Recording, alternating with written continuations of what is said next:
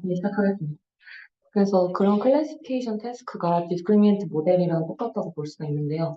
근데 이런 판별 모델 같은 경우에는 되게 좀 단점이 있는데 그거 같은 경우에 이제 데이터에 내재된 특성이랑 구조 같은 걸 이제 깊게 이해하거나 이제 새로운 데이터를 이제 생성할 수 없는 게 그거에 대한 단점인데요.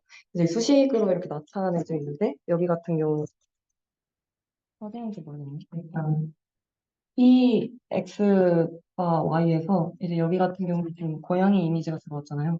그래서 안 써지는 것 같습니다. 일단 설명할게요.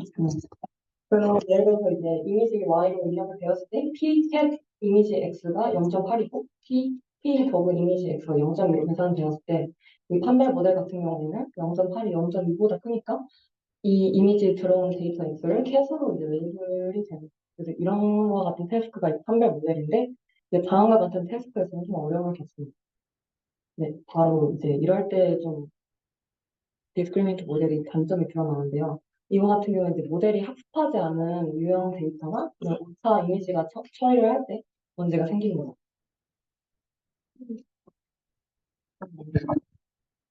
그래서 예를 들어서 이 옆에 있는 고양이나 강아지 정도로만 레이블링이 되어 있는데, 이렇게 원숭이 이미지가 입력이 되면은, 이 판별 모델이 이 이미지에 대해서 pcat 이미지 x와 이제 p 더브 이미지 x를 이제 이렇게 계산을 하려고 하고, 이 원숭이에 대해서는 인식을 하지 못하기 때문에, 이제 잘못된 결과를 출력하는 이제 불성자가 발생합니다. 그래서 이런 이미지에 대한 이런 라이클리후드가 잘못된 방식으로 학습이 되면서 cat 레이블이 출력이 되는 것입니다. 그래서 이런 잘못된 이미지가 들어갔을 때 데이터를 잘못 분리하고 이런 잘못된 데이터뿐만 아니라 이렇게 밑에 있는 데이터처럼 약간 아예 형태를 알아볼 수 없는 것에 대해서도 그냥 계산을 해버려서 문제가 생깁니다. 그래서 이런 거에 대한 이유는 이제 다음 설명에서 좀 얘기를 하겠지만 이제 수식을 계산을 할 때 이 x랑 y를 이제 직접적으로 매핑을 하기 때문에 그래서 그걸 이제 크로스 엔트로피 같은 그런 계산식을 이용해서 계산하는 데 이런 목표식을 중심으로 학습을 하기 때문에 이제 입력 데이터에 대한 이해 없이 나온 이 프리딕트 y랑 실제 데이터의 y를 기준으로 파라미터 세타를 계산을 하기 때문에 업데이트를 해서 이제 실제 업데이트하기 때문에 실제 구조 및 분포 이해에 대해서 어려움을 겪는 것입니다. 이거에 대한 보완점으로 제너레이티브 모델이 나왔는데요. 이거 같은 경우에는 이제 판별 모델의 상호 보완점이라고 할 수가 있는데 우선 데이터에 대한 이 집합 D가 주어졌다고 했을 때, 각 그 하나의 이미지에 대한 그 데이터 집합 D라고 했을 때, 이 각 XI는 RGB 픽셀 값 숫자라고 생각을 해봅시다. 그러면 이제 숫자들로 이루어진 이런 이미지 데이터셋 D를 바탕으로 이제 해당 이미지에 대한 그 확률 데이터가 이제 계산을 할 수가 있겠죠? 그래서 이걸 어떻게 하냐면은 이제 P 데이터 X를 이렇게 D를 통해서 구할 수가 있는데, 이거를 직접 구하는 경우는 이제 이미지 데이터가 어떤 식으로 구체적으로 주어져 있을 때 구할 수가 있고, 보통은 이제 P 데이터 X를 구하기가 힘들거든요. 왜냐하면 데이터의 복잡성이나 그런 게 많기 때문에. 그래서 P 데이터를 직접 계산하지 않고 이런 P 세타를 이제 근사를 해서 만든고 합니다. 그래서 이런 것들이 생성 모델이라고 할 수 있는데요. 그래서 세타는 이제 생성 모델이 학습 가능한 파라미터이고, 이런 판별 모델과 달리 이런 데이터셋의 확률 보고 픽 세타를 학습을 하고, 이를 바탕으로 새로운 데이터 셋 X를 생성하는 그런 알고리즘 생성 모델이라고 할 수가 있겠습니다. 그래서 네, 그래서 이런 식으로 최적의 파라미터를 세타 별이라고 했을 때, 이 P 데이터 X에 근사한 P 세타를 세타 별의 그러니까 최적의 그 세타로 이제 그 수렴할 수 있게끔 이제 계산하는 것이 이제 생성 모델의 중요한 관점이라고 볼 수가 있겠습니다.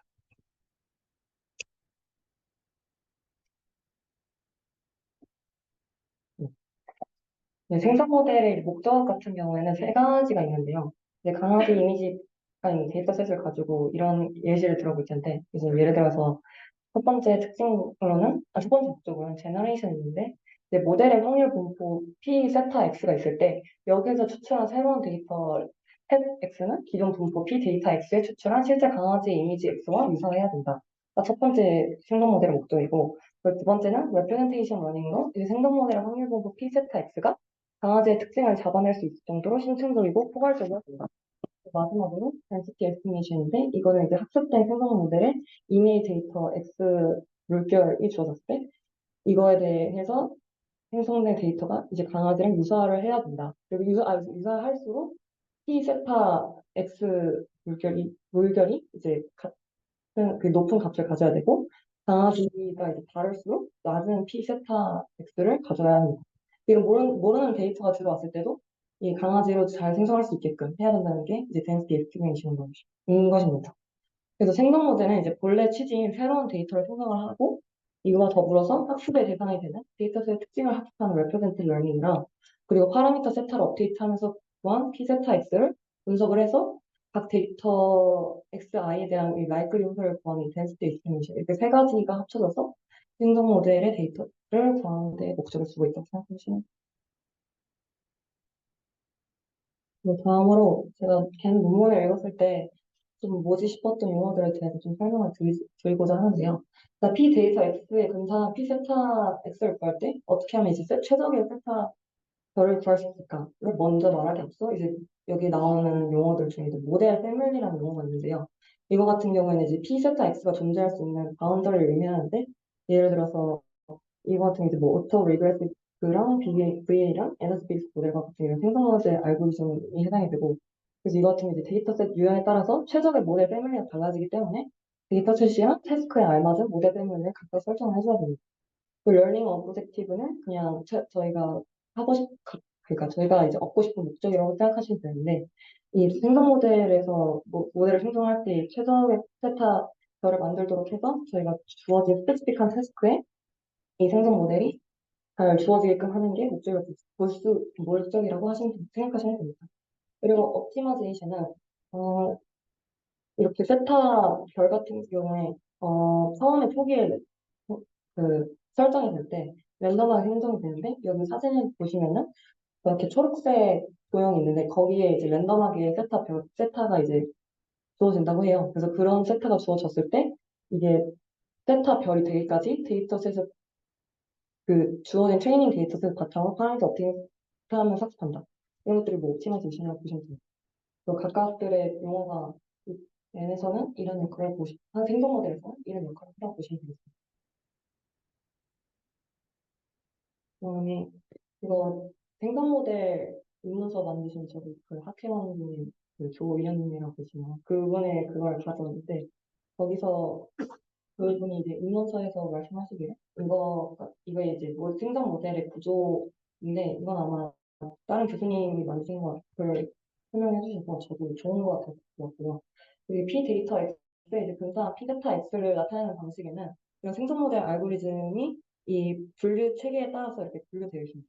그래서 explicit density이자 factorable density 그러니까 그 density가 눈에 보이고 저희가 이제 계산을 할 수 있는 그런 density 같은 경우는 auto regressive 모델이 있고 그리고 저번 세션 때 지금 김정호님께서 진행하신 normalizing flow가 또 있고 여기 표 보시면 그리고 또 explicit하고 approximate density에는 이제 latent variable 모델과 variation의 auto encoder가 이에 해당합니다. 그리고 여기서 이제 마지막으로 저희가 중점적으로 다루고자 하는 걔는 implicit하고 direct density인 걔이 여기에 해당합니다. 그래서 제가 여기서 설명을 드리고자 하는 거는 auto regressive랑 latent variable 모델이랑 VA랑 걔네 대해서 좀 불분적으로 다룰 것이고 중간에 이제 likelihood free learning 같은 경우에는 좀 가볍게 언급을 하는 걸로 하겠습니다. 네, 그리고 이제 이거 같은 경우에는 어떤 거냐면은 여기서 지금 explicit density랑 approach density 중에 이제 여기 나와 있는 볼츠만 머신에 대해서 좀 설명을 드릴 건데요. 제가 이거 논문을 읽었을 때 릴레이티드 웍스에서 아예 처음 보는 단어? 아니, 세션 때 말을 쓸 수도 있는데 처음 보는 단어들이 너무 많이 나와서 이런 것들이 뭐지 하고 검색을 해봤다가 이러한 겐이 나오기 전에 생성 모델에 전에 좀 이어져 왔었던 그러한 머신러닝들을 소개를 해주시더라고요. 그래서 그런 내용들을 좀 공부를 하고 여러분들도 아셨으면 좋겠다는 생각에 소개를 하게 되었습니다. 그래서 여기에 그래서 앞서 얘기했듯이 겐 같은 경우에는 임플리시티브하고 그리고 다이렉트한 그거 분류 체계도 중에 하나인데 이거 같은 경우에는 이제 그런 모델 같은 게 이제 비확률 기반 모델이라고 하는데 이제 P 세타 F를 알 필요 없이 이제 계산을 할 수 있는 건데 이런 확률 기반 모델 같은 경우에는 이 P 데이터 X를 정확하게는 알진 않아도 약간 어느 정도는 알고 있어야지 좀 약간 계산을 할 수 있는 그런 거라고 보시면 되겠습니다. 그래서 설명을 좀 더 자세히 드리도록 하겠습니다. 일단 볼츠만 머신 같은 경우에는 입력층 한 개랑 응lik층 한 개, 그리고 이제 모든 노드들이 이어져 있는 엣지들로 구성되어 있는데요. 이런 것 같은 경우에는 같은 레이어, 하나의 이 레이어 내에서도 노드들이 연결이 되어 있어요. 그래서 이렇게 그림에서 볼 수 있다시피 서로 간에 연결되어 있고 아웃풋 노드가 없기 때문에 이런 볼트와 머신 같은 경우는 이제 데이터 크기가 커질수록 되게 계산도 복잡해지고 컴퓨테이션 양이 많이 계산이 되어서 학습하기 어렵다는 단점이 있습니다. 그리고 이런 볼트만 머신은 이런 에너지 기반 모델인데, 에너지 베이스드 모델 기반인데, 그런 네트워크 상태의 다양한 확률 분포를 이제 에너지 함수를 통해서 이제 계산을 해요. 그래서 이런 에너지 함수가 밑에 나와 있는 식으로 나와 있고, 그래서 이러한 상태 같은 경우에 이제 네트워크 노드가 다양한 구성에 해당이 되는데, 이런 볼트만 머신이 이제 훈련이 완료된 후에 새로운 입력 데이터 없이도 이런 학습된 분포로부터 데이터 샘플을 생성을 한다고 합니다. 이런 앞서 얘기했듯이 이렇게 초기에는 데이터 분포를 학습하기 위해서 입력 데이터가 좀 필요한데요. 그 훈련한 후에는 이런 스테이트 스페이스를 좀 탐색을 하고 이 에너지 함수를 좀 최소화시킴으로써 약간 새로운 데이터 샘플을 생성한다. 그리고 여기 내에서 데이터를 좀 생성한다라고 생각하시면 돼요. 그래서 이런 거 같은 경우에, 네. 식 같은 경우에는 밑에 나와 있는 대로 나와 있고, 그 P, PX는, PX는 이제 그 확률 함수에서 확률 분포를 나타내는 거라고 보시면 되겠습니다. 그리고 B는, 여기 나와 있는 B는 바이어스 항이라고 보시면 됩니다. 그리고 이런 BM은 풀리 커넥티드 구조인데요. 그래서 네트워크 크기의 커짐에 따라서 확률 계산이 복잡해지기 때문에 학습이 매우 복잡해집니다. 근데 이런 걸 보완하기 위해 나온 것이 이제 restricted boltzmann 머신인데요. 이런 RBM은 이제 입력층 한 개랑 응lik층 한 개로 이루어져 있는데 얘는 대신에 VM이랑 다른 것이 같은 레이어 내에서의 노드들이 연결되어 있는 게 아니라 연결이 안 되어 있어요. 그래서 연결이 안 되어 있고 이런 것 때문에 restrict라는 말이 앞에 붙였습니다. 그래서 이거를 이제 biparallel graph라고 부르는데요. 그래서 이런 볼츠만 머신이랑 리스트릭트 볼츠만 머신은 입력 집합에 대한 확률 분포를 학습을 할 수가 있고 여기서 이제 이 둘이 이제 모두 대칭적으로 연결된 유형과 유사한 단위들로 구성되어 있고 이 단위들이 이제 꺼질지 말지 해서 이거 버릴지 말지 이런 식으로 해서 데이터를 생성을 한다고 보시면 되겠습니다. 그 다음에 발전된 걸로 나온 게 DBN인데요. Deep Belief Network인데 DBN은 이제 2006년에 제안된 모델로 그 딥한 네트워크로 훈련될 수 있는 모델인데 저희가 흔히 아는 그래프처럼 생각하시면 되겠습니다. DBN은 여러 개의 히든 레이어들을 좀 쌓은 생성 모델인데요. 이런 기본적인 구조는 이런 리스트릭트 앞에서 봤듯이 같은 레이어들을 연결되어 있지 않고 각 다음 한 레이어랑 다음 레이어는 연결되어 있는 그런 리스트릭트 볼츠만 머신이 여러 개 쌓아져 있는 구조라고 생각을 하시면 됩니다. 그리고 이런 DBN 모델 같은 경우에는 RBM 플러스 그래프 모델을 가진 형태이다. 근데 이런 것들은 당연히 볼트만 머신이나 리스트릭트 볼트만 머신보다 더 고차원 데이터의 특징을 추출할 수가 있고 이거에서 이제 더 나은 분류나 이제 예측을 할 수가 있습니다. RBM과 이런 방향성 그래프를 합친 이 모델은 이런 입력 측에서 학습 데이터의 라이클후드가 최대화가 되도록 학습을 합니다. 이런 방식을 사용을 하면서 이제 각 계층이 독립적으로 RBM으로 훈련이 된 후에 전체 네트워크가 이제 방향성 있는 신경망으로 좀 파인 튜닝 됩니다. 그런 식으로 되면서 어떤 데이터를 생성을 해야지 그러니까 좀 더 이 훈련된 데이터셋에 최적화된 건지 이렇게 이런 식으로 네트워크가 구성되어 있다고 보시면 되겠고요. 그래서 학습 방법 같은 경우는 여기 써져 있는데 그냥 여기 밑에 있는 설명을 보시면 뭐 웨이크 슬립 알고리즘이라고 되어 있는데 저희가 흔히 아는 그런 히든 스테이트에서 가중치 업데이트하고 또 다음 레이어에서 또 가중 영향을 받아서 가중치 업데이트하고 그런 방식으로 생각을 하시면 돼요. 그다음에 이거는 DBM의 예시인데 그냥 엠리스트 데이터셋으로 예시를 들었더라고요. 그래서 이런 세 개의 엠리스트 중에 이제 하나의 비주얼 레이어가 구성되어 있는데 여기에서 가지층이 이제 비주얼 레이어가 이제 입력 데이터고 각 엠리스트는 이런 데이터가 들어온 거에 대해서 이런 고차원적인 특징을 좀 수출한다고 보시면 되고, 이런 학습 결과는 DBN 이제 학습하면 이제 생성할 수 있는 숫자 이미지를 예시로 보여줍니다. 저희가 흔히 생각하는 그런 생성 모델의 예시라고 생각을 하시면 되고요. 이런 학습이 잘 된 DBN 모델 같은 경우에는 이 엠니스 데이터셋과 같은 수능 글씨 숫자 분류에 좀 효과적이라고 합니다.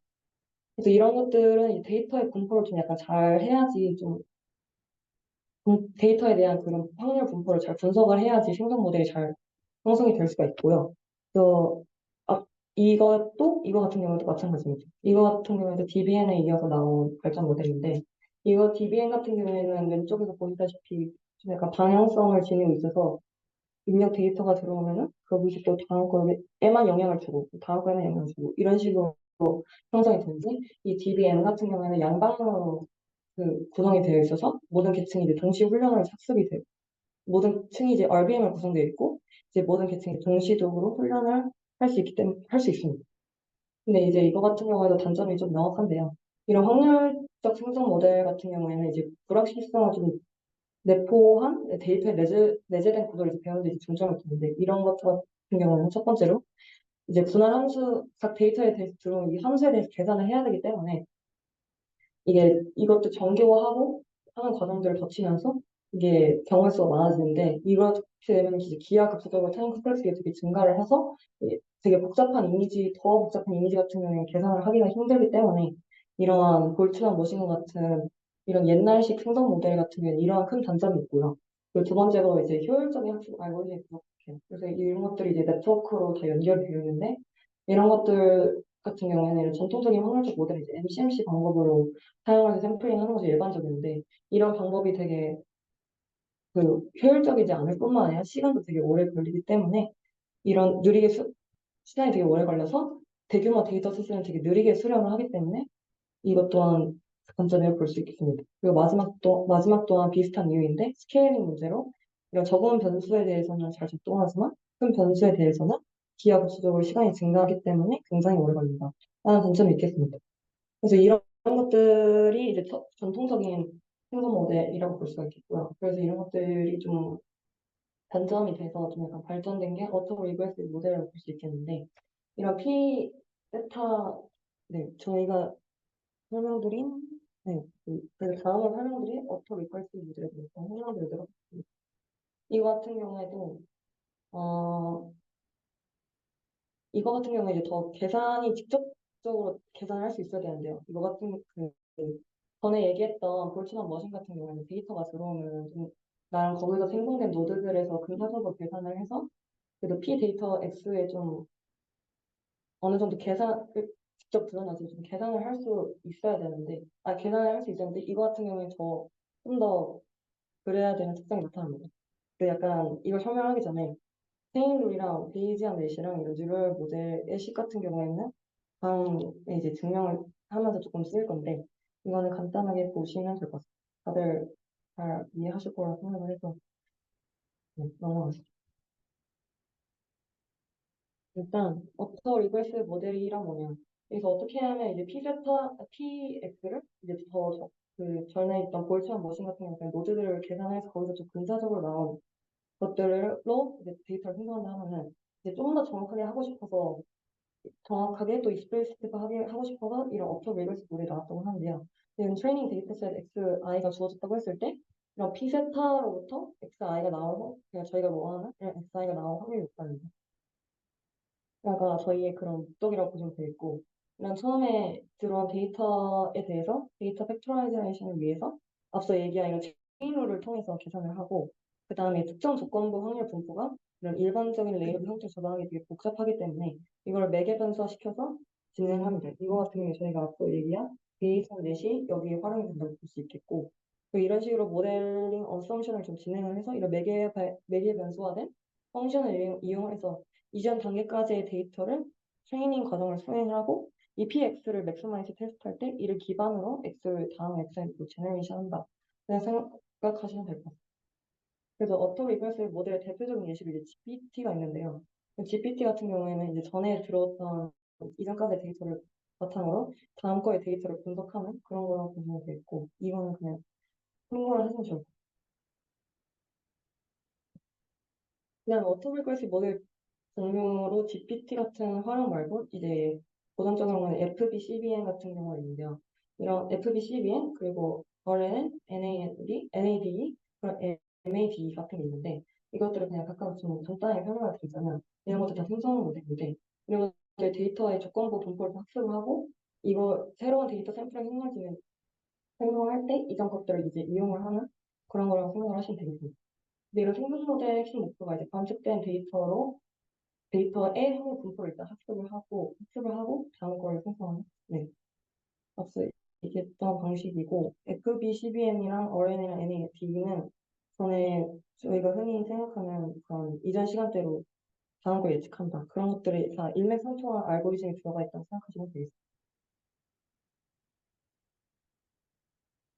다음으로 설명드릴 게 라텐트 베리어블 모델인데요. 자기 회귀 모델 같은 경우는 이제 이전의 데이터 포인트를 사용해서 다음 데이터 포인트에 예측을 한다고 제가 계속 말씀드렸는데 이거 같은 경우에는 시리얼 데이터나 이런 일련의 관측지가 있는 것은 효과적이지만 만약에 이 모델이 이제 데이터의 모든 내부적 복잡성을 포착하기엔 좀 어려워요. 그리고 각 변수 간에 이제 직접적인 의존성만으로 모델링하기 때문에 이런 모델이 이제 보이는 데이터에만 의존을 해서 데이터에 숨겨진 그런 요인이나 그런 것들을 분석을 하지 못합니다. 그래서 저희가 도입이 된 게 라텐트 베리어블 모델이라고 볼 수 있겠는데요. 예를 들어서 사람들의 얼굴 사진을 담은 데이터셋 D가 있다고 하면은 이런 이미지 데이터 XI는 이 RGB 픽셀 값들을 담은 이런 숫자 벡터 외에 명시적으로 적혀 있지 않은 이런 Z, 예를 들어서 성별, 나이, 머리 색깔 등등의 특징을 적어내지는 못합니다.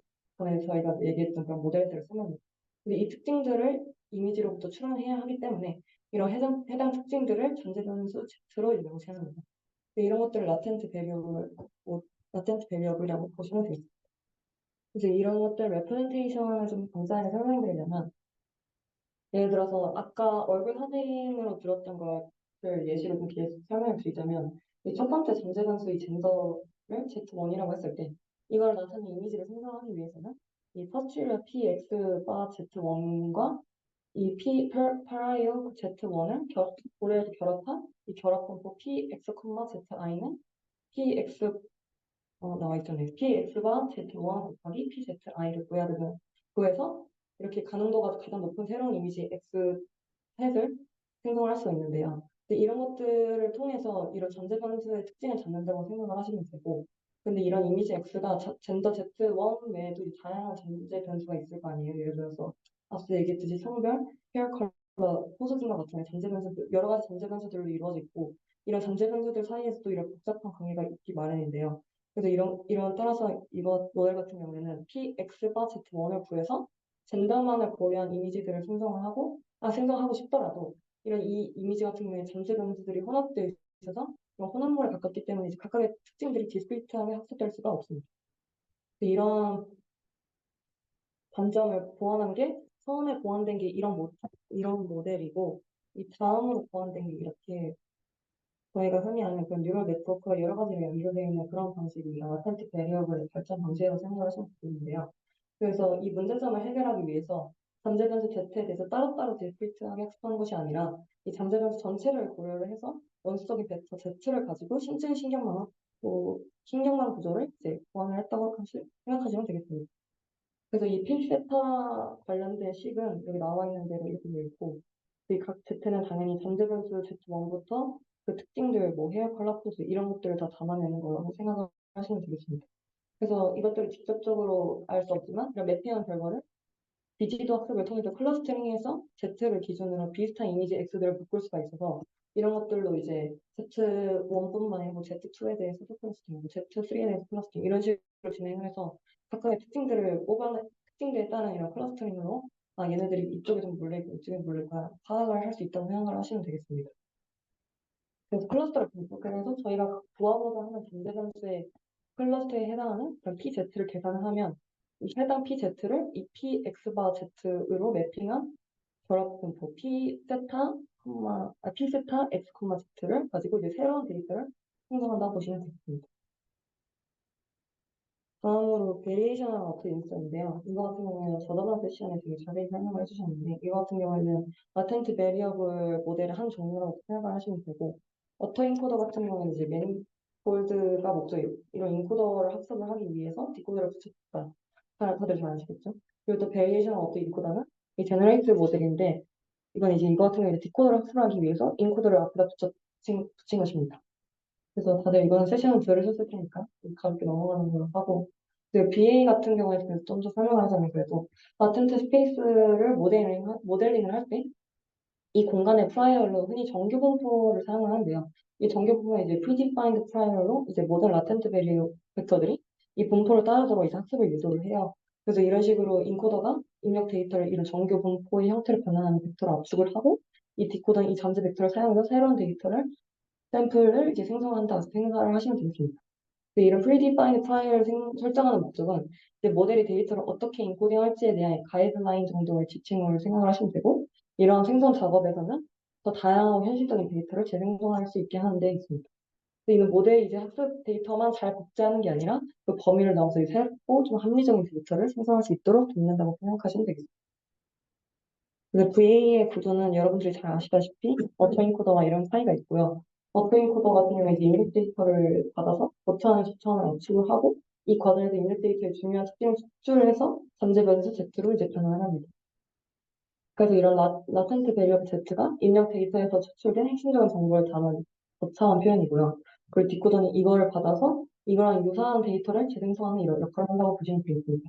근데 이런 식으로 할 때 원본 데이터 손실을 최소화하면서 이 원본 데이터를 얼마나 잘 복원을 할 수 있냐 이런 걸 학습을 하고 그다음에 BA 같은 경우에는 이제 제너레이티브 모델이라고 했잖아요. 이 구조에서는 이제 입력 데이터를 두 존재 공간의 두 가지 파라미터 평균과 분산으로 인코딩을 하는데요. 이 두 파라미터는 이제 입력 데이터 가질 수 있는 잠재적인 분포를 정의를 합니다. 그 샘플 이 이후에 이제 P, Z가 X 이 프라임 스테리오 디스트리뷰션을 통해서 실제 데이터 분포를 근사하는 확률적 방법으로 이제 평균과 분산을 이용해서 입력 데이터가 어떤 잠재 공간에 매핑할 수 있는지 그거를 좀 그걸 이제 모델링 한다고 생각을 하시면 되고 이제 여기서 샘플링이 다음 단계인데 여기서 이제 평균과 분산을 이용해서 이 잠재 공간에서 샘플링을 하는 건데요. 이 새로운 Z 값을 여기서 이제 생성을 하는데 이 과정을 통해서 이제 모델이 이제 데이터에 있는 변동성이나 다양한 특성을 학습을 하고 다양한 출력을 생성할 수 있다고 합니다. 그래서 이걸 통해서 이제 디코더는 원본 데이터랑 이제 유사한 데이터를 생성하는데 VN의 이 과정을 통해서 이 데이터 생성 과정을 학습하고 이제 일반적인 오토 인코더보다 당연히 더 유연하고 데이터를 생성할 수 있게 됩니다. 그다음에 이런 디코더는 앞서 얘기했듯이 이런 식으로 생성을 하고 이 PX가 이제 생성된 데이터의 X에 이런 marginal probability를 얘기를 하고 이건 이제 모델이 얼마나 잘 데이터를 생성할 수 있느냐를 나타내는 것이고 이런 PX를 맥시마이즈 하는 것이 이제 저희의 목표라고 보시면 되겠습니다. 왜냐하면 데이터를 잘 생성을 해야지 당연히 모델 성능이 좋다 이거니까요. 그래서 처음에 이런 marginal Z 같은 경우에는 이런 것들이 처음에 기본 식 같은 경우에는 이렇게 다음 밑에 나와 있는데 이 피세타 X가 Z랑 피세타 Z 같은 경우에는 계산이 실제로 굉장히 어렵기 때문에 접근을 직접 하지 못하고 그래서 다음 걸로 이제 나오는 게 베이지안 룰이라고 보시면 되겠습니다.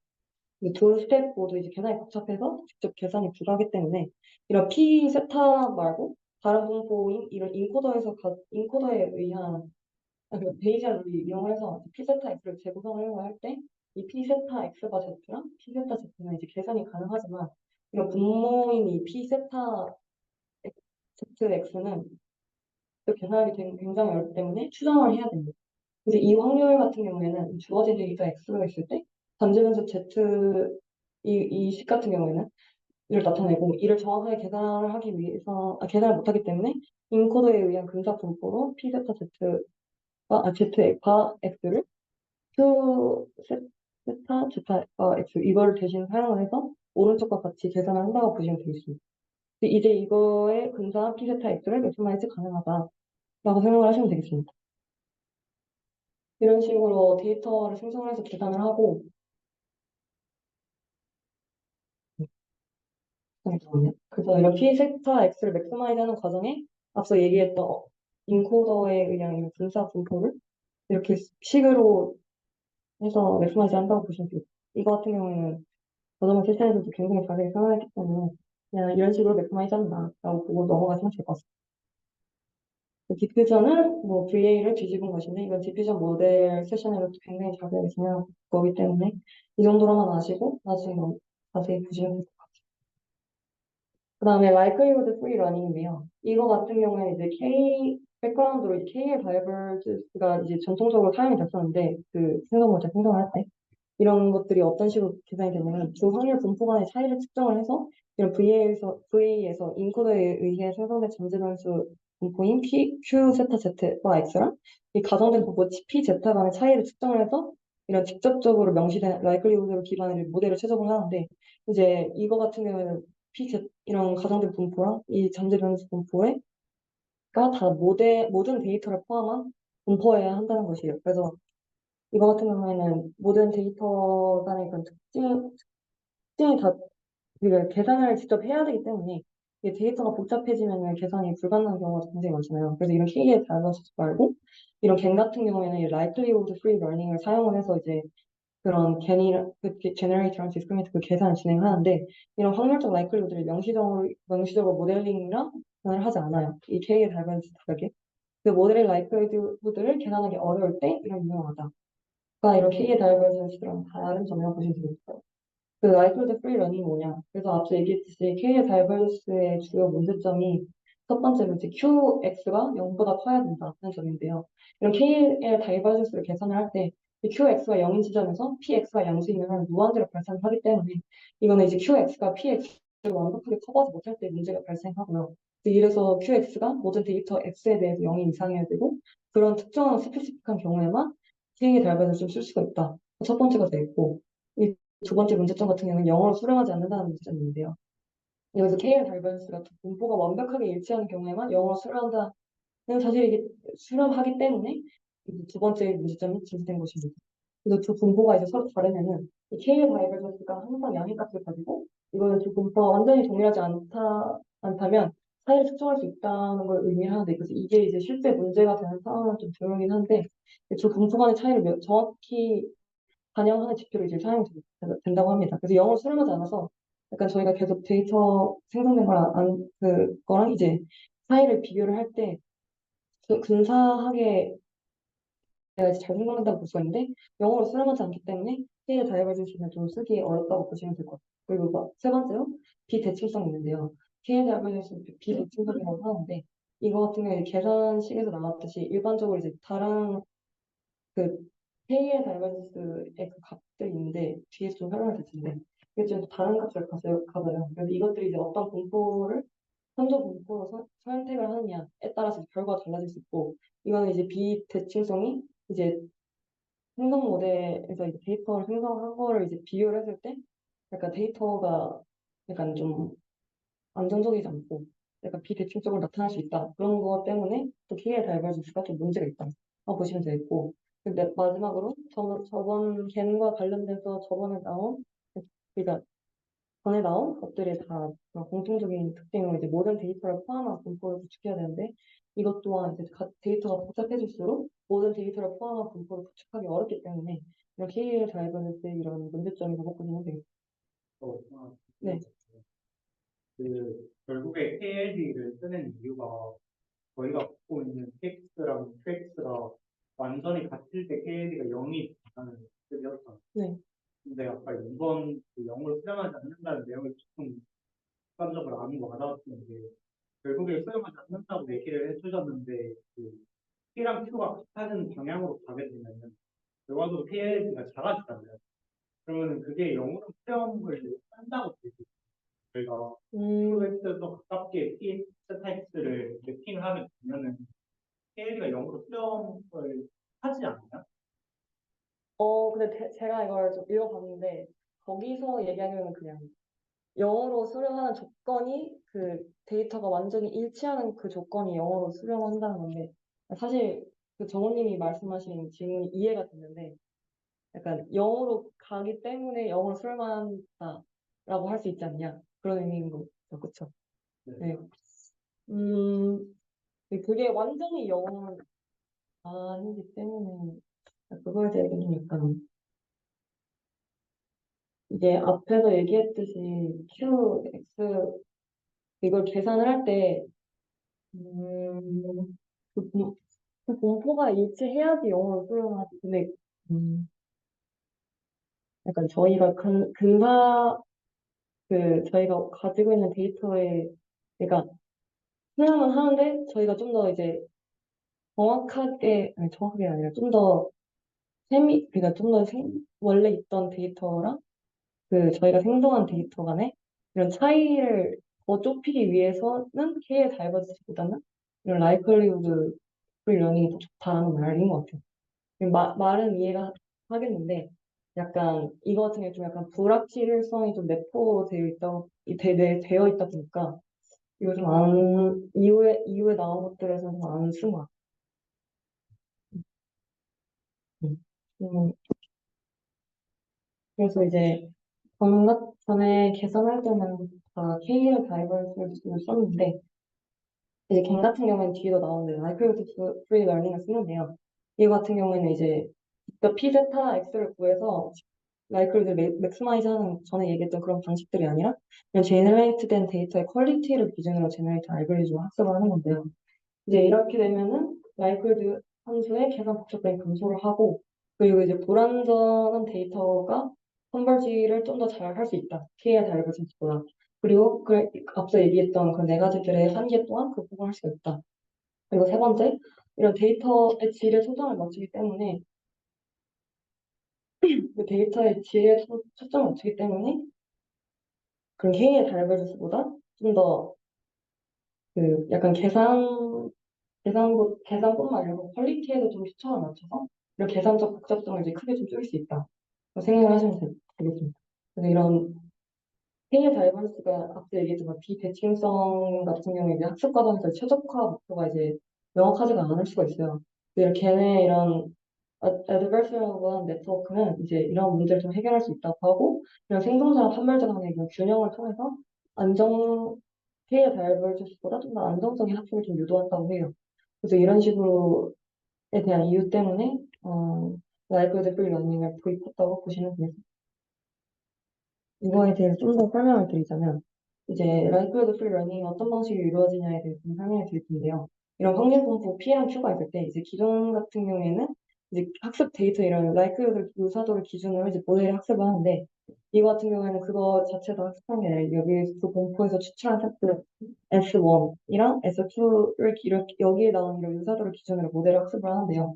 이런 P와 Q가 있을 때 기존 생성 그 문구에서 이렇게 추출한 샘플들의 유사도를 기준으로 목대를 학습을 하는데 이런 겐 같은 경우에는 이제 간단한 통계 기법인 투샘플드 테스트를 통해서 S1이랑 S2 두 개의 생성된 결과를 가지고 P랑 Q가 전부 같다고 이제 판단이 되면 이런 H0와 같은 기노값을 받아들이고 아니면 기획하는 방식으로 이제 최대 가능 라이클리후드를 구하는 작업 없이 분포의 P와 Q의 유사도를 측정할 수 있다고 합니다.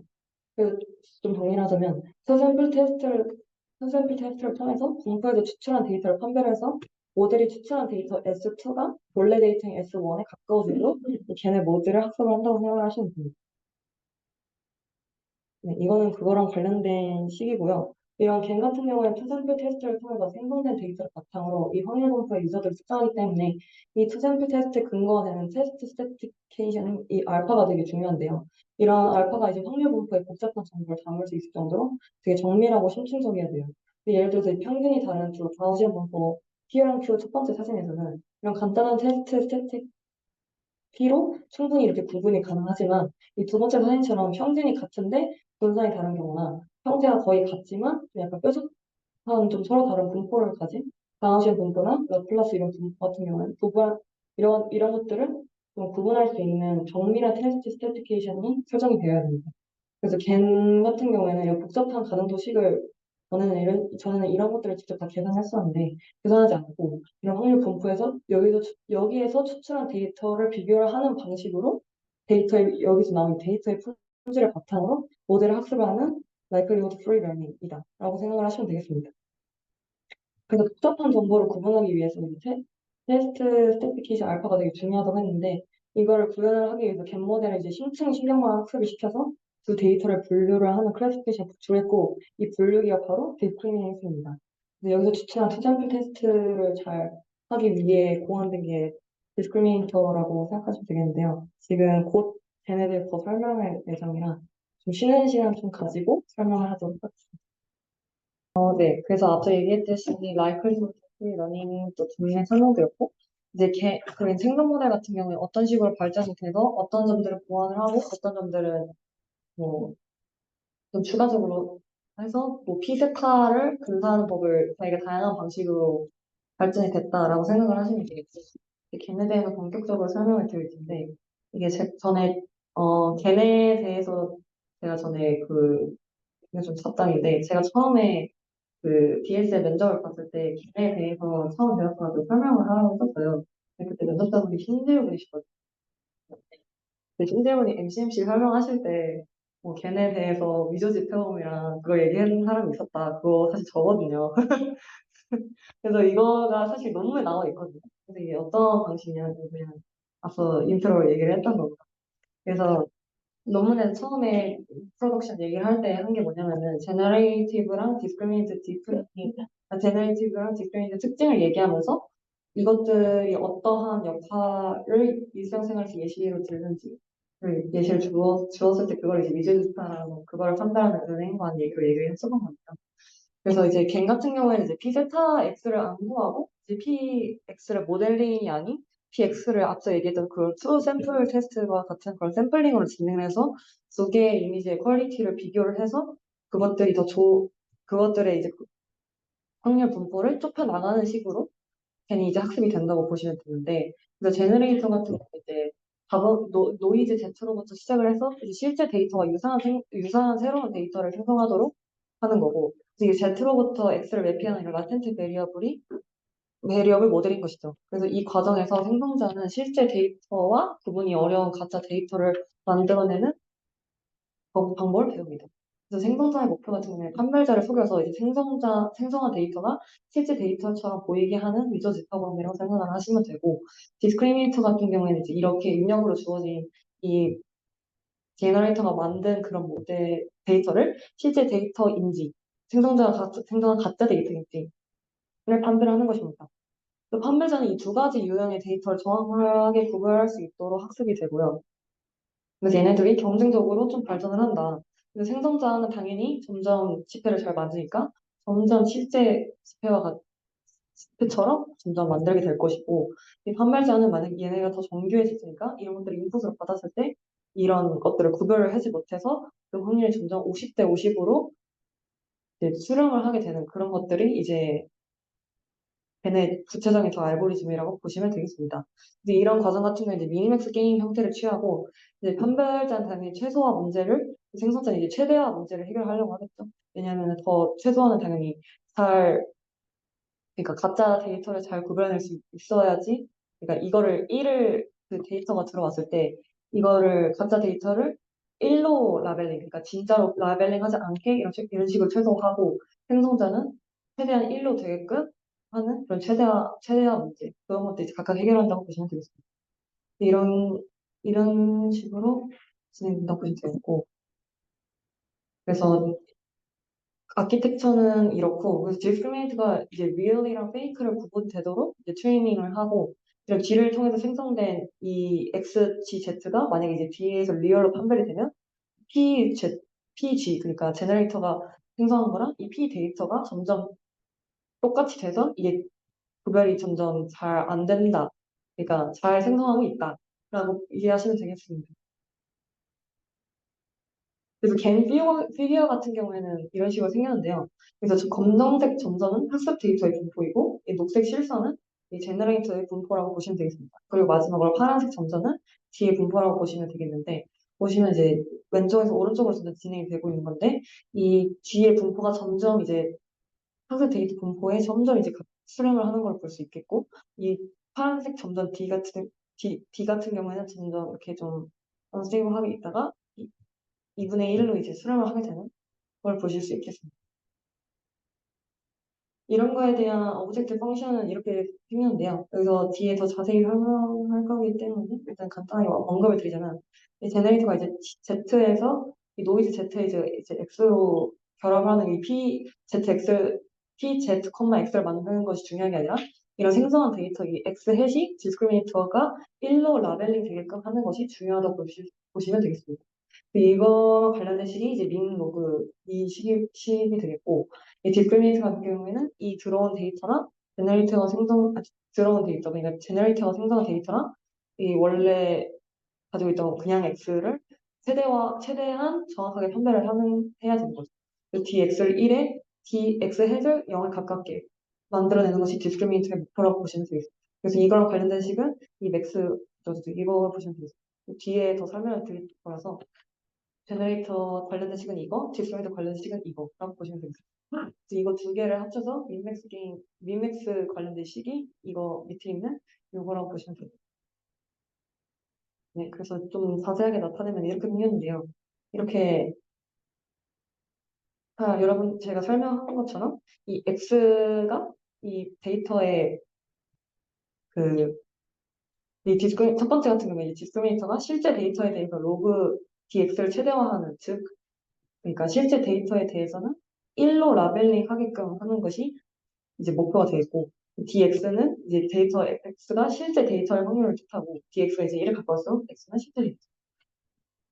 판별자 Z, D, 그러니까 제너레이터가 생성한 이게 들어갔을 때, 이 0이 되도록 판별자는 이런 식으로 학습이 되겠죠. 그거 관련된 식이 오른쪽에 있는 식이라고 보시면 되겠고, 디스크리미네이터가 각자 데이터에 대해서는 로그 1-DZ를 최대화해서 이게 0이 되게끔 해서 로그 1로 되게끔 하는 게 이제 목표라고 보시면 되겠습니다. 그리고 디스크리미네이터는 빨간색으로 표시한 게 디스크리미네이터가 하고자 하는 그런 목표라고 생각하시면 되겠고, 이 생성자 같은 경우에는 DZ,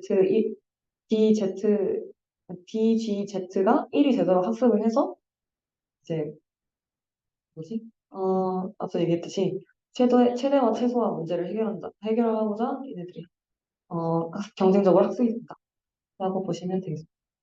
그래서 판별자의 역할이나 목적은 앞서 얘기했듯이 여기서 이제 이의 입장에서는 리얼 데이터를 리얼로 분류할 수 있게 트레이닝이 되어야 되기 때문에 제너리티 G는 이 부분에 이제 관여를 할 수 없는 거죠. 그래서 이 상수 취급이 되고 이렇게 민, 민지가 관련이 없는 그런 상수식이 되는 거고, 이제 실제 데이터 X를 입력받았을 때, 실제로 인식을 할 수 있도록 학습을 하고, 이를 위해서 dx 값이 1이 되도록, 즉, 판별자가 실제 데이터를 최대한 정확하게 실제로 판단하도록 하는 것이 이제 목적이고, 네, 이건 앞에서 설명을 다 했던 거라서, 여기는 이제 패스하도록 하겠습니다. 뒤에서 관련된 더 중요한 식들이 있기 때문에. 그래서 이것들을 좀 합치면은, 이런 식으로 나타나겠고, 여기서 글로벌 미니멈, 네, 이렇게 앞서 얘기했듯이 X 제너레이터 디스크리미네이터는 앞선 이 식이랑 이 뒤의 식에서 뭐 DGZ는 0이 되고 여기 로그 DX 최대화하는 그런 역할을 이 두 식에 좀 영향을 준다고 보시면 되겠고, 그리고 이 제너레이터는 DGZ가 1이 되도록 학습이 된다. 이거 정도만 아시면 되겠습니다. 그래서 이 식이 밑에 그러니까 파라미터가 업데이트 되는 방식은 이걸 합치면 이제 V, G, D라고 하는데 이걸 이제 각각 D에 대해서 편입을 시키고 G에 대해서 편입을 시킨 거에다가 앞에서 얘기했던 그 테스트 스태티스틱 그거를 좀 곱해가지고 계속 파라미터를 업데이트 한다고 보시면 되겠습니다. 그래서 여기서 다음으로 중요한 점은 그래서 이렇게 업데이트 되는데 그러면 이제 앞선 얘기했듯이 P 제너레이터가 이 P 데이터일 때 이게 그러니까 점점 제너레이터가 만든 이 확률 분포랑 원래 되어 있는 그 훈련 데이터 이 분포가 일치할 때 과연 글로벌 옵티멈인가 하고 하고 이제 의문점이 제기가 됐고, 두 번째로 이렇게 트레이닝을 하면은 실제로 여기로 컨버지 되냐, 이게 두 가지가 이제 이 걔네 오브젝트 펑션과 관련돼서 나올 수 있는 의문점인데요. 이제 이거랑 관련돼서 이제 다음으로 좀 식이 좀 나오겠습니다. 처음으로 명제가 그러니까 어떤 고정된 G에 대해서 최적의 디스크리미네이터 D는 이제 다음과 같다고 이제 가정을 해봅시다. 저거를 이제 최적의 D별 여기 나와 있는 것처럼 D별 DX를 P 데이터 X 더하기 PG X분의 P 데이터 X라고 가정을 해봅시다. 그래서 여기를 가정했을 때 이 식에서 D별 X, 그러니까 최적의 디스크리미네이터는 이걸 최대화하는 것이 목적이기 때문에 이거를 오른쪽에 나와 있는 이 식처럼 바꿀 수가 있습니다. 여기서 Z가 라텐트, 그러니까 노이즈이고 이거를 GZ를 이제 x로 이제 변환을 하고 이거에 따라서 변수도 앞에 변화를 시켜서 이런 식으로 나타낼 수 있는데 이제 z를 이제 pz에서 샘플링해서 제너레이션을 주고 이 gz가 생성한 페이크 이미지는 이제 pg를 따르게 되겠죠. 이거가 그래서 정리를 하자면 이 x를 pg에서 샘플링하는 것이라고 같다고 보시면 되겠습니다. 그래서 여기서 이렇게 최적화 방식을 진행하는데 최적 글로벌 옵티머리 되냐에 대해서 얘기를 하는데요. 그래서 이거 변수를 이런 식으로 바꾸고 그러니까 GZ에 대해서 이렇게 X로 변환을 해서 이런 식으로 바꾸고요. 네, 그 다음에 이렇게 바꾼 식에서 expectation의 정의가 이렇게 생겼는데 이거를 이제 인테그랄 씌워가지고 이런 식으로 인테그랄 xp 데이터 x 곱하기 로그 dx 곱하기 dx 플러스 로그 x pz 이런 식으로 변환을 시킬 수가 있고 이거를 이제 최종적으로 합치면은 마지막에 나오는 식상은 나오는데 이 결국 이 아래 적분식을 이제 최대화해야 되는 것이 이제 d별 x의 목표라고 할 수가 있겠죠. 앞서 얘기했듯이 디스크리미네이터의 목적에 따랐어요. 그 적분식을 최대화하는 건 이제 적분식 안의 식을 최대화하는 거랑 똑같은 말이기 때문에 이걸 어떻게 하냐? 이거는 이제 점점 좀 복잡해지는데 어, 네. 여기서 이거는 지금 증명이 두 가지 방법이 있어요. 이건 첫 번째 증명 방법인데 이거가 지금 이 처음에 이제 다시 좀 정리를 하자면 이 GZ를 X로 변환해서 PZ도 PGX로 변환한다. 그리고 이건 expectation 인테그랄을 씌워서 이런 식으로 나타낸다. 그리고 여기서 여기서 이제 가정을 하는데 가정 P 데이터 X를 A라고 가정하고 PGX를 B라고 가정하고 BX를 Y라고 가정을 했을 때 가정하는 이 두 번째 줄에 나와 있는 것처럼 log A 곱하기 log Y 더하기 B log 1 Y dx 이렇게 간단하게 좀 나타내지는데요. 위에 거에 비해서 이거를 FY라고 완전 변환을 했을 때 이걸 편미분 하면은 이게 Y는 A 플러스 B분의 A가 됩니다. 즉 A 다시 넣으면은 P 데이터 X 더하기 PGX는 이제 P 데이터 X인 것이죠. 그래서 이게 0이 되면은 이게 D별 X가 최대화가 되는 거기 때문에 그거 첫 번째 방법을 증명했을 때 그래서 당연히 글로벌 옵티멀 디스크리미네이터가 이 식이 맞다라는 명제 1번이 3이 되게 됩니다. 다들 이해하셨죠? 이거를 바꾸는 증명 두 번째 단계인데요. 똑같은 걸 증명하는 건데 그냥 접근 방식만 다르다고 생각을 하시면 되겠습니다. 그래서 여기서 지금 세정의 D별, 아니다. 그거에서 다음 단계로 이제 D별이, 세정의 D가 D별이라는 것이 증명이 됐기 때문에 이거를 이제 민맥스 BG, G, D를 민 B, D별, D로 바꿀 수가 있어요.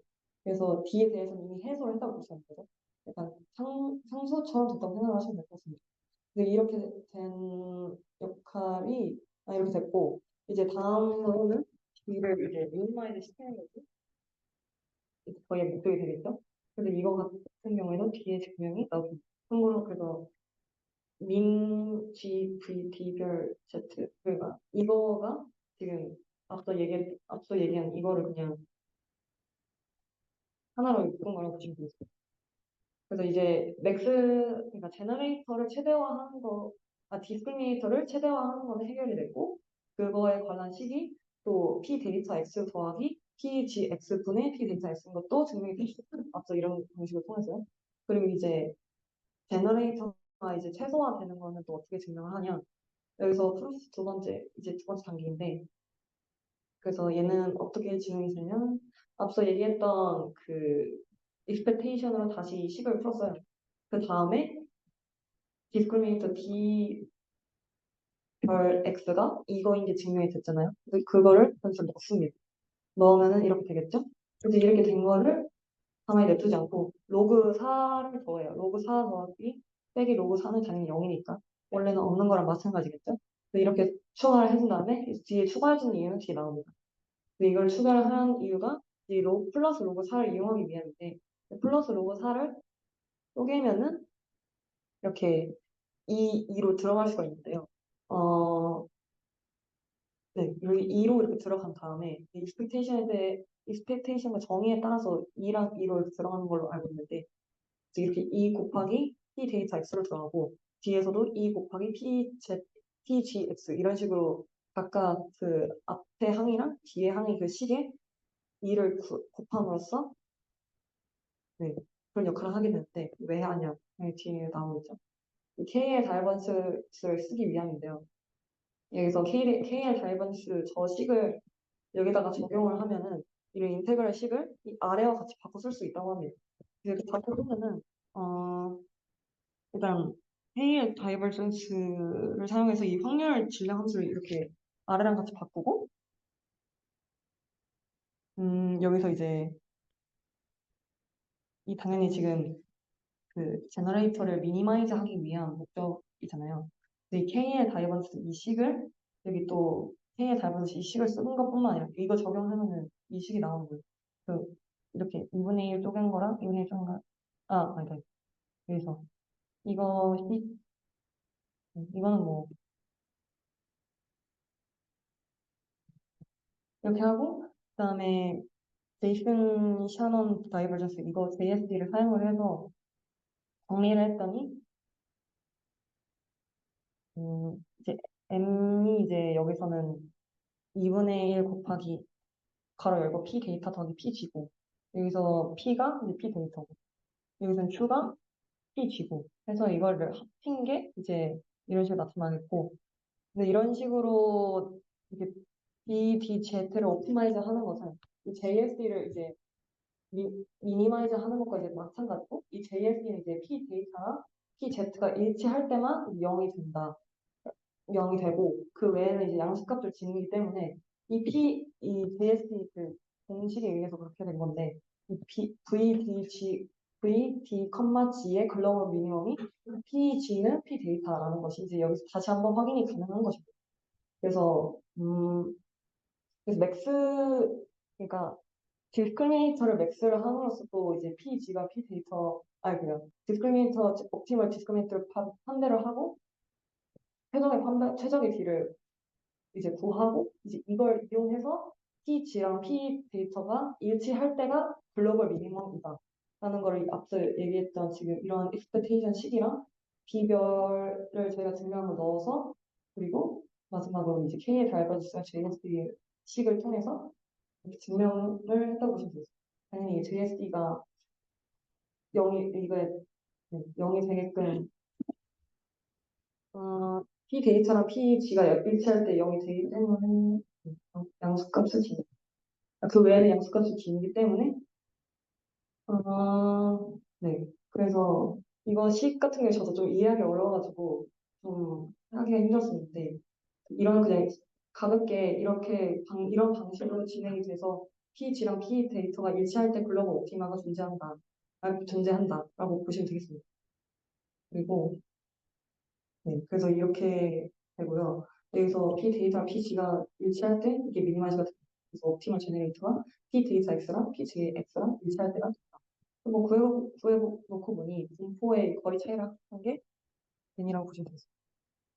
그래서 저도 좀 이거 이해하는 게 좀 어려웠는데 그냥 간단하게 생각하면 그냥 KL 다이버전스랑 JSD 적용해서 글로벌 옵티마를 증명을 했다라고 보시면 되겠고 그래서 이 앞에 있는 이걸 통해서 PG랑 P 데이터가 똑같을 때 글로벌 옵티마가 된다까지는 않았는데 이제 두 번째 튜닝을 했을 때 해당 부분으로 컨버지 되냐에 대한 의문점과 관련된 식이 다음에 또 나오는데요. 이 첫 번째로 이게 여기서 가정한 알고리즘 스텝이에요. 그래서 실제 데이터 뒤로부터 X1부터 XM을 추출하고 이 제네레이터를 학습을 시켜서 이 새로운 데이터 X1부터 XM까지 추출을 하고 세 번째로 이제 제네레이터의 파라미터 세타를 이 스토캐스틱 그레디언트 디센트 방식으로 업데이트를 하고 디스크리미네이터의 파라미터 이 코사이를 스토캐스틱 그레디언트 에센트 방식으로 업데이트를 해서 이런 식으로 트레이닝 스텝이 진행된다고 해요. 근데 이거가 진행이 됨에 따라서 그 컨버지 되냐에 대한 이제 증명인데요. 그 컨버지가 일단 되려면은 PG가 이제 P 데이터를 이제 수렴을 한다는 의미죠. 그리고 제너레이트 모델인 PG 관점에서 이제 로스 함수가 컨버전스 하기 위해서는 이제 D를 좀 고정시키고 이 로스 펑션이 컨벡스한지를 확인하면 돼요. 왜냐면은 환기반은 당연히 그 글로벌 옵티마가 아니기 때문에 컨벡스 해야지 옵티마로 그 컨버트된다라고 보시면 되고 컨벡스랑 컨기 중에서 컨벡스 해야 된다. 그것까지 아시면 될 것 같고 그래서 앞선 증명을 이제 괜히 로스를 통해서 봤듯이 글로벌 옵티마이 존재하는 것을 알 수가 있어요. 근데 해를 찾을 수 있는 조건 중에 하나가 로스가 이제 컨벡스 형식인지 앞서 방금 얘기했듯이 확인하는 것인데요. 그래야지 그레디언트 딕센트 방식을 통해서 이터레이티브 옵티마이제이션을 계속 반복함에 따라서 해를 찾을 수 있기 때문입니다. 근데 이런 딥러닝 모델 같은 걸 설계할 때 고려해야 되는 것 중에 이제 설계한 확률 모델이 최적의 해에 수렴을 하는가 이런 질문을 이제 바꿔서 표현하면 PG가 P 데이터에 수렴할 수 있는가라고 표현할 수 있겠고 즉 그걸 또 바꿔 얘기하면은 제너레이트 모델인 PG 관점에서 로스 함수가 네, 컨버전스 할 수 있는지를 또 따져야 되는 거예요. 그래서 제너레이티브 모델인 PG 관점에서 로스 함수가 네, 컨버전스 할 수 있는지 따지기 위해서 D를 고정시키고 로스 함수가 네, 제가 얘기했던 대로 그냥 진행하면 됩니다. 이거 뒤에서 더 자세하게 나오는데 이제 D를 고정했다는 게 무슨 말이냐? 여기서 앞서 얘기했듯이 D를 고정했기 때문에 이 UPGD를 PG 관점에서 보면 이제 D는 이제 고정된 함수값인데요. PG 관점에서 보면 UPGD는 변수는 이제 PG가 된 거죠. D를 고정시키면서 이 고정시킨 이유는 이제 다음 식을 좀 계산하기 위해서인데 이런 식으로 이 UPGD를 이제 그냥 앞에 B를 U라고 바꾼 거라고 저는 생각을 하셔도 될 것 같은데 여기서 이걸 좀 풀었으면은 앞에서 저희가 봤던 그런 식들로 이제 풀이가 되는데 이제 여기에서 컨벡스 한지를 좀 컨벡스한지를 봐야겠죠? 근데 여기서 로그 1-dx가 이 생성자 PG 관점에서는 상수인 것이 왜냐면 d가 이제 그 픽스드 되어 있기 때문에 그거를 이제 그것 때문에 얘를 이제 만약에 PG에 대해서 미분을 한다고 하면은 지금 여기서 보면 d는 상수이고 PG만 그거기 때문에 미분을 하면은 이 로그 뒤에 있는 로그 1-dx만 남는다고 보시면 돼요. 그래서 이 앞에 있는 P 데이터 얘네들은 다 날아간다고 보시면 되고 그래서 그러면은 이 D를 고정을 했고 이걸 이제 미분을 했을 때 이 UPGD는 이제 이거를 PG에서 미분했을 때 로그 1-dx만 났기 때문에 얘는 지금 상수잖아요. D를 고정시켰으니까 그러면 최종적으로 얘를 다시 직분시키면은 UPGD는 선형 함수임을 알 수가 있겠죠. 그래서 선형 함수는 여기서는 컨벡스 함수라고 하는데 그 이유가 이제 여기서 이제 선형함수에서 이제 구간을 정하면은 구간에서 정했을 때 여기서 최소값이 항상 존재하잖아요. 선형함수 같은 경우에는. 그러니까 지금 얘가 상수니까 구간을 뭐 ax 플러스 b 이 정도만 되겠죠? 여기서 그러면은 구간을 정하면은 여기 최소값이 있기 때문에 구간에서 그래서 컨벡스하다라고 보시면 되겠습니다. 그래서 이거에 d를 고정함으로써 컨벡스임을 증명했다고 보시면 되고 즉, 이 말은 이제 어떤 구간에서 컨벡스한 지점이 존재하기 때문에 이 여기서 만약 글로벌 옵티머 그쪽 지점을 이제 잘 찾으면은 거기서 이제 이터레이티브 옵티마이제이션 방식을 진행을 하면서 이제 글로벌 옵티마를 이제 수렴을 한다라고 생각을 하시면 되겠습니다. 이해 충분히 이해하셨을 것 같습니다. 그래서 여기 이런 1번과 2번을 통해서 다시 정리하면 첫 번째로 PG랑 P 데이터가 같아야지 글로벌 옵티마이다. 그러니까 첫 번째가 이런 K의 다이버전스랑 JSD 식을 통해서 증명이 됐고 그리고 당연히 여기 과정에서 민맥스 해결 방식도 다 알았습니다. 그리고 두 번째로 컨벡스 하냐가 이제 옵티마이즈 그러니까 수렴이 하냐가 의미를 하는 것도 이제 트레이닝 알고리즘 스텝이랑 이제 이거 관련된 식을 보면서 좀 증명을 하면서 확실하게 알겠습니다. 그래서 걔네 대해서 이런 뭐라고 해야 되지? 그 증명 그리고 이런 트레이닝 알고리즘이 합리적이다라고를 이런 서플리먼트 뒤에 어펜딕스에서 이렇게 설명을 하더라고요. 그래서 자기네들이 이제 만든 게 좀 그러니까 이런 걔네를 디스크리미네이트한 쟤네들 경쟁시켜서 한 게 이제 잘 나오는 게 이제 이런 수학적인 증명으로 타당성이 검증이 됐다라고 보시면 되겠습니다. 네, 이런 갱 같은 경우에도 이런 식으로 잘 진행이 되지만 문제점이 있는데요. 이제 괜히 처음에 2014년에 개념이 처음에 정립됐는데 이후에 이제 디퓨전 모델이 나오기 전까지 이제 12 분야에서 이제 계속 점점 지금도 걔는 계속 언급되고 있고 이제 획기적인 점점 발전이 많이 이루어졌는데 여기서 모델이 이제 데이터 생성 품질에 중요한 만큼 다 이게 되게 여러 가지 문제점이 있어요. 이제 처음으로 이제 걔네 학습 목표가 파라미터를 업데이트 할 때 제너레이터는 진짜에 더 가까운 샘플을 생성하고 디스크리미트 진짜랑 가짜랑 데이터를 더 잘 구분하게 된다고 했잖아요. 근데 이런 이미지 위에서 그런 이미지와 같이 일정 에폭이 지나가면은 성능이 나아지지 않고 이게 일정 주기로 좋아졌다가 나빠졌다가를 반복을 하는 그런 진동 현상에 빠질 수 있어요. 이거는 이유가 뭐냐면은 제네레이터와 디스크리미터가 되게 경쟁적으로 된다고 했잖아요. 이게 그래서 막 구체적으로 정해진 그런 뭐라고 해야 되지? 그런 크라이테리아가 없기 때문에 이런 진동하는 진동하는 unstable optimization이 발생한다고 보시면 되겠습니다. 그리고 그래서 구체적인 이유를 얘기해서 이제 likelihood free learning이 이제 렉시마와 likelihood learning과 다르게 이 로버스트한 제가 방금 얘기했던 그런 로버스트한 스타팅 크라이테리아가 없기 때문에 이런 괜히 이제 사전 아르구멘트를 잘못 설정하면 러스 펑션이 수련을 하지 못하고 진동을 한다는 거죠. 네. 그래서 그게 첫 번째 걔네 문제점이라고 볼 수 있겠고 두 번째는 이제 모드 콜랩스입니다. 이제 다양한 제너레이터가 다양한 이미지를 생성하지 못하고 이제 특정 데이터를 위주로 이제 생성하는 것을 의미하는데요.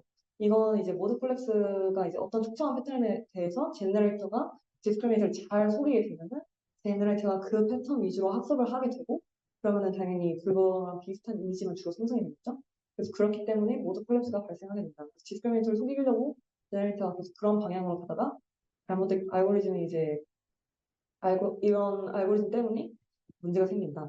이제 이거 같은 경우는 걔네 성능을 좀 아무리 늘리려고 해도 이런 걔네 제너레이터랑 디스크리미네이터 이런 전체적인 알고리즘 때문에 이게 좀 한계점이 아예 존재를 해서 이 문제 자체는 진짜 근본적으로 해결할 수 없는 문제라고 해요. 그리고 두 번째로 그런 문제점이 있겠고 마지막으로 이제 vanishing gradient는 상당히 이건 이제 앞서 1번처럼 이제 1번 이거 1번이랑 2번처럼 이 제너레이터랑 디스크리미네이터랑 학습 방식 자체에 대한 근본적인 원인 때문인데요. 이 제너레이터가랑 디스크리미네이터가 이제 따로따로 디스인탱글드하게 학습되기 때문에 만약 제너레이터가 완전히 학습되기 전에 디스크리미네이터 모델이 학습이 완료가 되면 제너레이터가 어떤 결과를 생성하든 진짜 거짓을 디스크리미네이터 완벽하게 구분을 하기 때문에 이게 학습이 진행되지 않고 이게 멈춰버려요. 그래서 베니싱 그레디언트 문제까지 그리고 총 세 가지의 걔네 이런 근본적인 문제가 있다라고 보시면 되겠습니다. 마지막으로 설명할 게 이제 걔네 이밸리에이션인데요. 이제 괜히 지너레이터랑 디스크리미네이터를 이렇게 경쟁적으로 학습하는 방식이잖아요. 그렇기 때문에 그라운드 툴스가 딱히 없습니다. 그래서 이걸 이밸리에이션 어떻게 하느냐 그걸 좀 설명하기 전에 두 가지 좀 특징을 설명을 드리겠는데 이게 픽셀 디스턴스가 첫 번째로 있는데 픽셀 디스턴스 이제 각 픽셀 값의 차이를 절대값을 이용해서 구하고 이제 쉽게 값을 구할 수 있다는 이거는 쉽게 값을 구할 수 있다는 장점이 있지만 이상 변화에 대해서 되게 취약한 단점이 존재하기 때문에 이제 사용하지 않는다고 합니다. 이게 픽셀 디스턴스이고 이제 피처 디스턴스인데 이 피처 디스턴스는 이제 이미지들을 픽셀 단위로 비교하는 게 아니라 이런 특징들을 추출해서 비교를 해요. 따라서 일명 픽셀 디스턴스보다 이상 변화에 대해서 좀 더 믿을 만한 값을 가질 수 있다. 얘는 그냥 단순히 리얼 페이크를 빼서 계산을 하기 때문에 이런 픽셀 디스턴스보다 좀 더 믿을 만한 값. 그래서 그래서 좀 더 피처 디스턴스보다 픽셀 디스턴스가 좀 더 좋은 값이고 그래서 이거를 피처 디스턴스를 사용을 했는데 이걸 어떻게 같이 뽑냐 이거 같은 경우에는 이제 벡터가 필요해요. 그래서 이런 피처 벡터들을 뽑기 위해서 프리트레인드 CNN 모델을 이용하는데 이런 이미지 분류에서 CNN은 특징을 수출하는 이런 컨볼루션 레이어스와 분류를 하는 풀리 커넥티드 레이어로 구성되어 있잖아요. 그래서 이런 컨볼루션 레이어에 이미지의 특징을 표현하는 피처 레이어가 존재하고 이를 이용해서 이미지를 이제 인베딩 시키는 거죠. 대부분의 경우에 FC 풀리 커넥티드 층 전에 마지막 풀링 레이어를 이제 피처 레이어로 사용을 하지만 필요에 따라서 앞부분의 레이어를 사용하는 경우도 있다. 이런 식으로 이제 피처를 뽑고 그것들을 이제 좀 사용을 해서 계산 이밸리에이션 진행한다고 보시면 되겠는데요.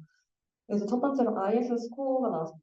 일단 인셉션 스코어라고 인셉션 스코어는 이제 첫 번째 정의를 얘기하자면 이 샤프니스랑 샤프니스 클래식 게시를 잘하는가 diversity, 다양한 값을 나타내는 이 둘의 값을 곱해서 계산한다고 보시면 되겠고, 이 IS는 이 클래시파이어로 FC 층을 사용하고, K의 다이버전스의 expectation의 지수 제곱 형태이기 때문에, 이 K의 다이버전스의 두 분포, 분포 PY 바 X랑 PY를 이제 이용을 해서 계산을 진행한다고 합니다. 그래서 PY 바 X는 주어진 인풋 X에 대한 레이블 Y의 확률 분포, PY는 레이블들의 확률 분포인데, 그래서 이 이미지에서 이제 왼쪽은 이제 PY 바 X를 나타내고, 이 한 곳에서 이제 피크한 분포를 보이기 때문에 엔트로피가 낮다. 이런 식으로 그냥 이거는 인셉션 스코어 식이 이런 식으로 되고, K의 다이버전스를 통해서 들어간 이미지 X에 대해서 뭐 특징 추출한 거를 이 Y 레이블이랑 좀 비교를 해서 뭐 구분한다라고 그냥 보시면 되겠습니다. 그래서 네. I 스코어를 쓰고 이제 FID 스코어를 쓰는데 이제 여기서 두 다별량의 정규 분포를 쓰는데요. FID는 이제 이 식처럼 보이면 되는데 이 FID의 기본 가정이 이 인베딩 벡터와 이제 다별량 정규 분포를 따른다. 첫 번째 가정이겠고 정확하게 따른다기보다는 이제 계산의 평이를 위해서 가정한다고 보시면 되겠습니다. 근데 만약에 FID가 맞다면은 두 분포의 거리가 가깝다. 그러니까 진짜와 가짜가 유사하다라고 보시면 되겠습니다. 그래서 네, FID 스코어는 이식이 됐고, 근데 FID의 단점이 있는데, 그래서 이미지넷 데이터로 이제 이미지넷 데이터로 이제 프리테인드 된 경우에, 이미지넷 데이터 이미지의 클래스랑 다른 이미지를 다룰 경우에 이 원하는 특징을 잘 포착하지 못하는 경우가 있다고 해요. 이런 피처들을 잘 구분하지 못하는 특징이 있고, 그리고 만약 프리테인드가 아닌 경우에 이제 많은 수의 샘플로 학습시키지 않으면은, 이런 바이애스 피처 레이어가 이런 피처 디스턴스 뽑을 때 그렇게 생겨가지고 좋지 못한 FID 스코어가 생기는다. 가 두 번째 단점이 되겠고, 그리고 이게 세 번째로 프리테인드 아닌 경우에 학습하는데도 굉장히 오래 걸린다. 이런 피처들을 뽑고 비교하는 과정에서 굉장히 오래 걸린다고 보시면 되겠습니다. 그리고 또 다별량의 정규 분포를 가정했는데 계산을 하기 쉽게 하기 위해서 가정을 했는데 만약에 표본의 분포가 정규 분포가 아닌 경우에 이런 제한된 통계랑 이제 평균 분산 같은 경우로는 당연히 분포의 차이를 표현하는데 한계가 있기 때문에 FID도 좀 어느 정도의 그런 평가 지표로서 한계가 있다고 보시면 되겠습니다. 그래서 대표적으로 IS랑 FID를 설명했는데, 네. 이것들로는 이제 그러니까 한계점이 있어서 이제 다른 더 발전된 모델들이 더 나왔는데요. 이런 이발리에이션뿐만 아니라 그 겐 자체의 그런 근본적인 문제를 해결하기 위해서 되게 임페리컬한 테스트를 좀 많이 했었는데 여기서 일단 첫 번째로 겐 자체에 대한 그런 단점들로는 높은 수준의 이미지를 생성하고 이미지 생성 시간이 빠르지만 이제 앞에도 얘기했던 이런 IS랑 FID는 사실 본질적인 이발리에이션 매트릭스가 좀 부족하다고 볼 수 있어요. 그래서 이런 것들이 좀 부족하고 두 번째로 얘기했던 그런 거 언스테이블한 옵티마이제이션 그리고 뭐 트레이닝이 잘 안 된다. 그런 것도 이제 두 번째 걔네 단점이 되고 그리고 이제 명시적인 확률 밀도를 당연히 알 수가 없기 때문에 처음에 그 분리체계에서 나온 것처럼 괜히 이제 임플리시트한 그런 것들 때문에 이런 확률 밀도를 알 수가 없고 명시적인 걸 알 수가 없고 라텐트 벡터로 표현을 했을 때 그와 얘는 몇 배 난다 좀 하기 힘들다. 그런 것들이 이제 걔네 단점인데 그래도 나름 보완을 하려고 나온 게 첫 번째로 이제 F겐인데요. 이제 F겐이 이제 걔네 이제 일반화된 버전이라고 생각을 하시면 돼요. 전통적인 겐이 가진 이 JSP 대신에 다양한 F 다이버전스를 최적화할 수 있도록 설계됐다고 해요. 그래서 JSD로 이제 증명을 썼는데 여기서는 F 다이버전스를 이용해서 이런 겐의 그런 학습 알고리즘 민맥스 식을 좀 더 유연하게 알고리즘을 형성을 했다. 그래서 다양한 종류의 데이터에 대해서 피처들의 적응성을 좀 향상시켰다라고 보시면 되겠습니다. 그리고 두 번째로 바이겐이 있는데 바이겐 같은 경우에는 이제 기존 걔는 이제 기존 걔는 이제 반방향 구조인데 이제 여기 역방향 경로를 추가해서 데이터에서 잠재 공간으로 이제 매핑과 잠재 공간에서 데이터의 매핑을 동시에 학습을 시키는 거예요. 이제 걔는 이제 생성된 이미지뿐만 아니라 이미지를 잠재적 특징으로 인코딩하는 능력도 이제 좀 개발을 하게 되면서 풍부하게 데이터를 표현했다고 합니다. 그리고 또 마지막에 나온 게 마지막에 또 설명드릴게 DCN인데 이제 CNN의 생성자와 판별자를 이제 적용한 이제 걔네 변형인데요. 이거는 그냥 CNN에 진짜 그냥 적용을 한 거라고 보시면 되는데, 그냥 CNN 거기에서 이제 CNN 이제 배치 노멀라이제이션 있잖아요. 그걸 통해서 각 층의 입력을 좀 정교화시켜서 훈련 과정을 좀 더 스테이블하게 변화시킵니다. 그래서 여기 그림에서 보시다시피 이렇게 전체 정리면체에서 조그맣게 변한 거 보실 수가 있죠. 이런 것도 다 배치 노멀라이제이션 진행을 해서 안정적인 학습을 가능하게 하고, 그래서 행동자는 이제 주로 렐루 활성화 함수를 사용을 하고, 이런 출력층에서는 탄젠트 H를 사용한다고 합니다. 그리고 이 뒤에 있는 이 디스크리미네이터에서는 리키 렐루를 사용하는 것이 일반적이라고 합니다. 이런 선택을 함으로써 다이버시티를 좀 유지를 하고 더 나은 그레디언트 흐름을 보장하도록 했다고 합니다. 그래서 당연히 겐보다 좀 더 이미지를 더 잘 다루고 더 높은 해상도랑 더 나은 이미지 공지를 생성할 수 있도록 설계가 됐다고 합니다. 하지만 앞서 얘기했듯이 이렇게 붙여도 앞서 얘기했던 그런 세 가지의 걔네 챌린지를 다 해결하지 못해가지고 나온 이제 더 발전된 게 이제 디퓨전 모델인데요. 이건 이제 또 아예 다른 형태이기 때문에 이제 디퓨전 세션에서 진행할 예정이지만 이제 겐의 이제 시대가 저물고 이제 디퓨전의 시대가 왔다고 생각을 하시면 될 것 같습니다. 그 디퓨전은 이제 포워드 프로세스랑 리버스 프로세스, 그러니까 디퓨전 프로세스랑 디노이징 프로세스가 있는데 여기서 그냥 각 단계마다 노이즈가 추가되고 이제 최종적으로 완전한 노이즈 상태를 받은 다음에 이제 그다음에 이제 역을 수행을 하면서 학습된 파라미터를 사용해서 노이즈가 많은 데이터에서 이제 원본 데이터로 이제 되돌리는 과정이다. 이거 정도만 알고 계시면 될 것 같고 디퓨전 모델은 이제 디퓨전 테스트에서 더 자세히 설명해 주실 예정이니까 네, 여기까지만 하도록 하겠습니다. 아, 네, 각자 끝났습니다. 그래서 레퍼런스는 이러고요. 어, 자료 이거 특히 방금 CS236 강의가 굉장히 잘 되어 있거든요. 그래서 제가 좀 설명을 잘 못한 것 같은데 여기 236 그 스탠포드 유니버시티 이거 강의 보시면 진짜 굉장히 자세하게 설명되어 있으니까 혹시 행동 모델 더 알고 싶으시다 그러면은 이게 아마 강의가 한 30개 정도 있는 걸로 알고 있어서 좀 보시는 걸 추천드리겠습니다. 감사합니다.